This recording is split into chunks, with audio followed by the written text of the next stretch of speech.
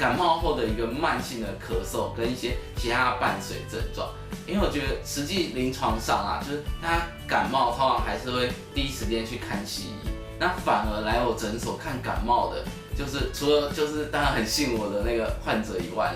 其他大部分都是因为感冒之后咳嗽一直没有好，或是一些反复的流鼻水啊，甚至一些鼻窦炎啊这些症状，然后跑来看中医的。那我觉得中医在临床上治这种慢性咳嗽的这种效果也是很好的。那通常我会开一些比较感冒收尾的药，那大概分2种，我觉得还是可以分寒热。寒方面的话，我会用一些像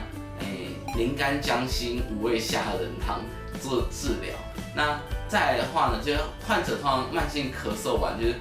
会有一种咽喉干痒的一个症状。如果有这种症状呢，就是用一些麦门冬汤啊，或者清燥救肺汤去做治疗。那当然就是说，慢性咳嗽的患者其实有像刚刚常讲的，会有一些虚症，就是他有一些阳虚啊，或者气虚方面的。那可能就是前面几个方之后呢，再叠一个就是帮他补身体的方，比方说补中益气汤啊，或者开一些整五汤啊，去帮他调理一下那个体质。那对慢性咳嗽的效果也是特别的好。